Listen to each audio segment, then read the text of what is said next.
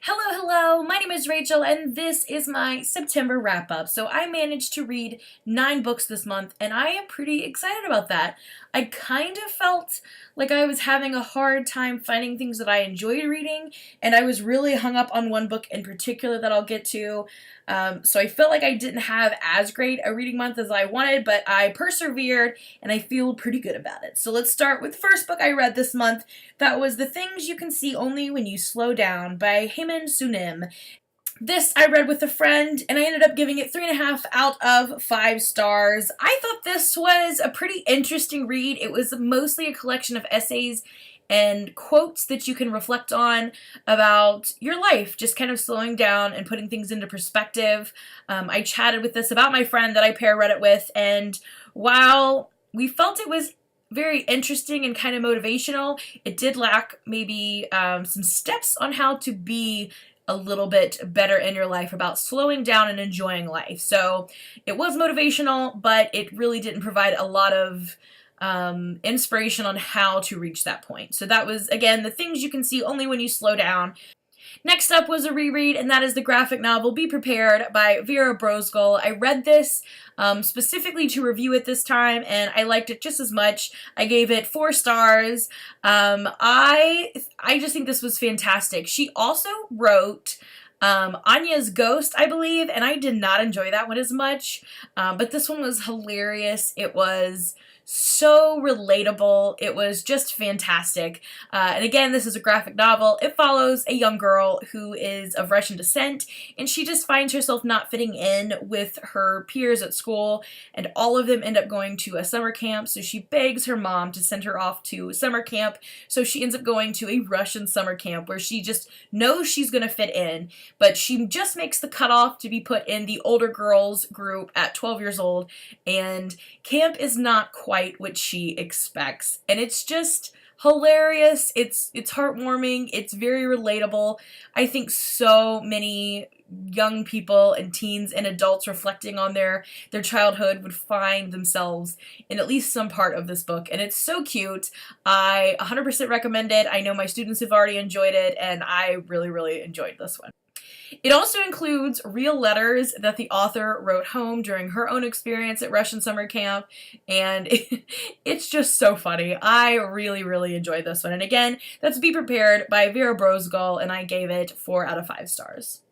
Next up was another one I pair read with a friend, and it's called Wake Up by Chris Barris Brown. I gave this one 4 out of 5 stars. I think where the first book I mentioned, The Things You Can See Only When You Slow Down, this had all of the inspiration and a lot more of like the steps on things you can do. It gave you action steps on how to be more awake and present in your daily life. The premise of this book is that really we're on autopilot most of our life, and because of that, our kind of caveman mentality creates a lot of anxiety and takes away a lot of the enjoyment of life. So the whole point of this book is to wake up and enjoy more of your life without being on autopilot. So I enjoyed this. I found some of the things to be a little unrealistic, like one of them was to climb a tree, and this girl is not going to make it up a tree.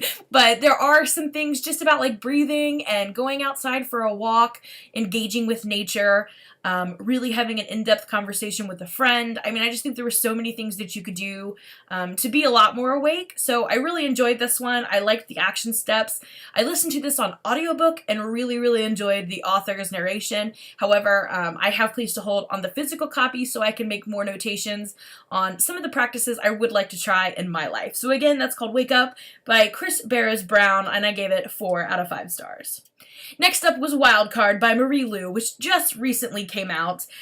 This is the second book in the Warcross series, and I really was skeptical about this because I read the first book called Warcross in one day, and I was very interested in how things were going to come out in the second book. We were left with a bit of a turning point, I wouldn't say necessarily a cliffhanger, but a very big shock at the end of the first book. So I was very interested to see where we were going to go in the second book, and I was very happy with how things were. It did take me a little while to get into this one, I felt like, but once I was back into it, I read it very quickly. I enjoyed the storyline, and I think everybody who read the first one will enjoy it.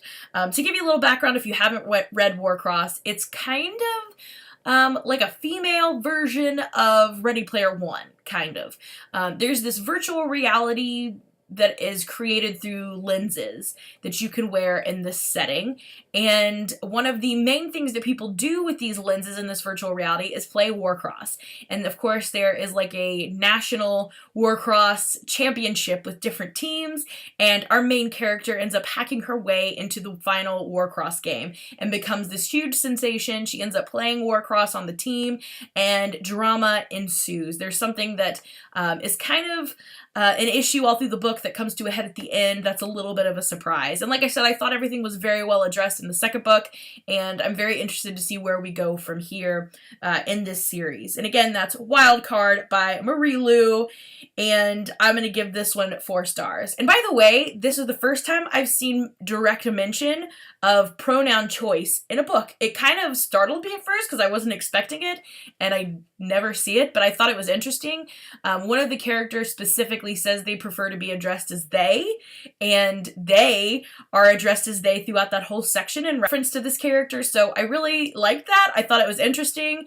Like I said, a bit off-putting because you just don't see it in books, but I thought that was a nice way to include the topic of choosing pronouns in our current environment. Next up, I read Search for Snake River. This was an Oregon Trail Choose Your Own Adventure book. Yes, you heard me right. Oregon Trail, Choose Your Own Adventure, and it was just as much fun as what it sounds like. This series is out by Jesse Wiley. I gave it 3 out of 5 stars. I really, really enjoyed it. I mean, the book itself is not like spectacular, the writing and whatnot, but it is so much fun. I ended up reading like every single ending so that I could try to figure out which one was the correct one, because I think not all of them end up with you dead, but only one way puts you back on the Oregon Trail towards your destination. So it was really fun. I liked the notes they included, the historical elements, and the ability to choose your own adventure, just like in the game. I thought this was so much fun, and I will be reading the rest in the series. I cannot wait to get these for school. I think the kids are going to love them. Next up, I read Overdrive by Ricky Tangserly Cusick, and I gave this one 2.5 out of 5 stars. Didn't really like it, but I'm glad I read it. Does that make sense? So this is a book that's not in the point horror series, but it's kind of point horror-ish, which if you're unfamiliar is like the 90s series that included like R.L. Stine and Christopher Pike and all like the creepy 90s horror books for teens. This followed a girl who worked in the library, and she has been put in charge of the library over the week while the main librarian is out of town at a conference, and she starts getting very menacing messages via books, and all of her friends start dying, as is wont to happen in these type of books from the 90s. And she's very suspicious, as one would be when everyone dies around you and you're getting menacing notes, and she's fighting for her life clear up until the end. And I have to say, I mean, just the writing is horrible, I feel like, and just the plot is bad. I mean, it's just straight 90s. It's just straight 90s. You can tell. And it's so funny, too, because I feel like 90% of the problems in this book would have been avoided now with cell phones. I feel like she was always looking for a phone. So, I mean, it's just so much fun to read. The book itself is not great, but it was so much fun to read. So I had to stick with my true rating of 2.5, but I enjoyed it more than that, if it makes sense. And again, that was Overdue by Ricky Tangserly Cusick, and I will be reading more. I think I've got one slated by her to read in October, so I'll be interested to see how they transition, because I think the other one is actually in the point horror series, which I'm trying to kind of get back into for various reasons, so I'm excited to see how that goes. But this one was Overdue.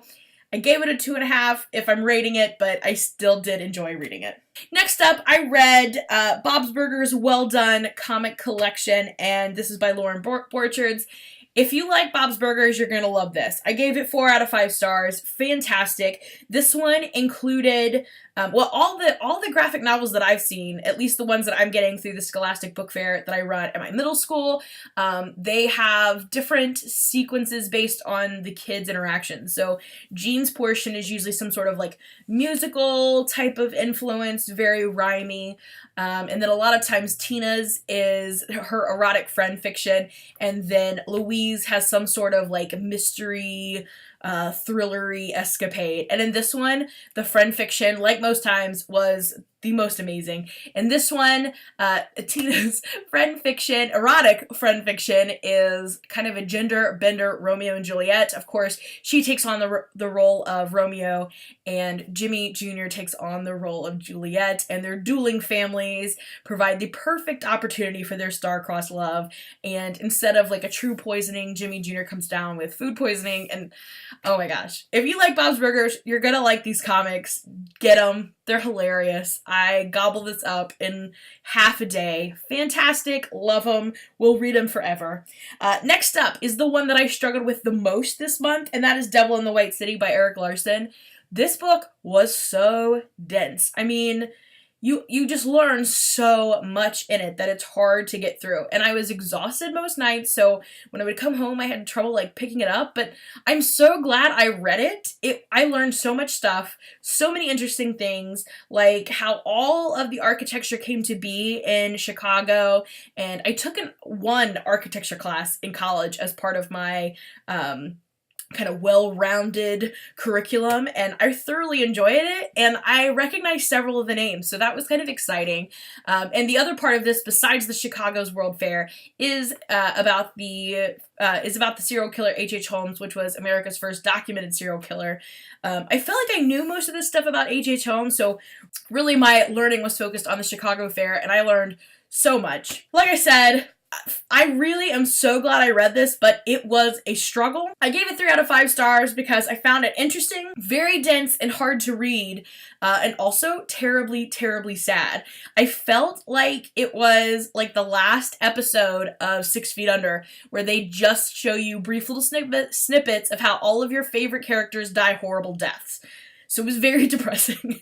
I guess you would expect that about a book about a serial killer, though, but I mean, even for the architects, life was glum, and it was really hard to read, but interesting, difficult. Interesting and difficult, so 3 out of 5 stars. And then the last book I just finished today, the last day of September, and that was Brain on Fire by Susanna Cahalan, and this is about her month-long journey of basically a disease that was attacking her brain. Her body itself was kind of lighting her brain on fire and attacking her brain, and created this insane hospitalized month. She was exhibiting symptoms of being almost autistic at points, having seizures. She was experiencing extreme psychosis, and none of the doctors could really figure out what was happening until finally a kind of a shot in the dark led them to a disease that was very not known at the time, and I can't even pronounce the whole name of it. It's a huge thing, but it was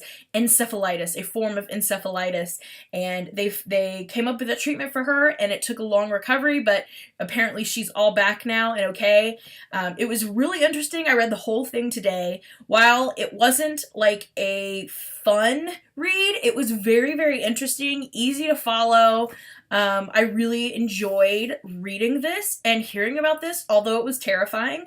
It was very interesting, so I gave this one 4 out of 5 stars. So there you have it, the 9 books I read in September. I have a very, very busy reading month in October, so I will be back with another video soon with some of my TBR picks for the month. So I'll see you soon in my next video. Bye for now!